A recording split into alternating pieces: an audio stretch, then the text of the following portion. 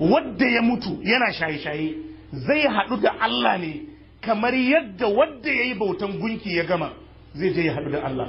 Malamai suka ce to me wajahin wannan hadisi, tun da shan giyan nan ba kafirci ba ne, shi kuma wannan gunki ya bautawa, an ce yadda zai haɗu da Allah haka wadda ya mutu yana shan giya ko shaye-shaye zai haɗu da Allah.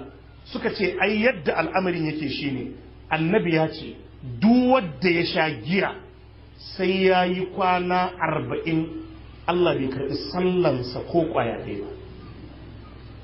Idan mutum ya je ya sha solution, ya sha wiwi, ya sha giya, ya sha totolin da sunan bugarwa, ya sha dukkan kayan mayen nan, abinda za a fara mishi annabi yake zai kwana 40 ba shi da alaka da Allah. Duk wata sallah da zai yi farilla ko nafila Allah ba zai karba ba.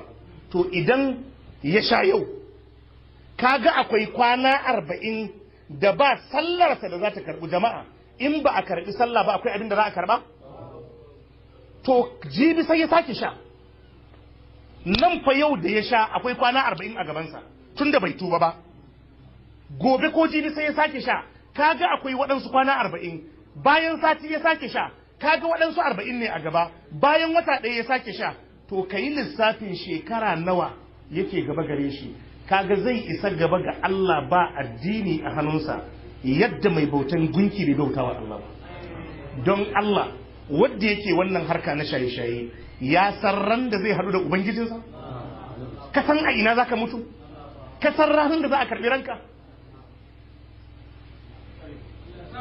Don Allah mu ji tsoron ubangiji, mu ji tsoron Allah, mu kyautata al'amuranmu. Allah bai hana mu abin da ya hana mu ba sai don zai zama cutarwa gare mu. Allah bai hana mu daga waɗannan miyagun ababa ba sai don cutar da mu da rasu. To amma duk wannan abu, duk wannan al'amari da kaga ya kai ya kawo, wani iya sana'a su kenan shigo da irin waɗannan kayayyaki cikin al'umma. Al'umma kuma da bata da kishi. Malam da kaji annabi ya ce kullukum ra'in wa kullukum mas'ulun an ra'iyatihi, kar ka